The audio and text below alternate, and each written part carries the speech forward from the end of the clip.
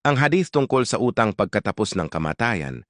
Ayon sa mahal na propeta Muhammad sallallahu alaihi wasallam, an Abi Hurairah radhiyallahu anhu qala, "Man taraka daynan fa'alayna sadaduhu wa man taraka malan faliwarathatihi."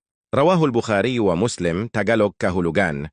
Mula kay Abu Hurairah, sinabi niya na, "Iyang sino mang namatay at may utang, kami, ang mga tagapagmana, ang sasagot para dito, ngunit kung may naiwan na ari-arian, ito ay mapupunta sa kanyang mga tagapagmana."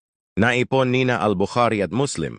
Pagpapaliwanag, ang hadith na ito ay nagpapakita ng kahalagahan ng pagbabayad, ng utang at pagiging responsable sa mga obligasyon, hindi lamang sa buhay kundi pati na rin pagkatapos ng kamatayan. Ayon sa hadith, kapag ang isang tao ay pumanaw at may utang, ang mga tagapagmana o pamilya ay may tungkuling tapusin o bayaran ang mga ito. Kung may natirang ari-arian, ito naman ay mapupunta sa mga tagapagmana, ngunit hindi sila pwedeng magkaroon ng anumang benepisyo mula sa ari-arian hanggat hindi nababayaran ng mga utang.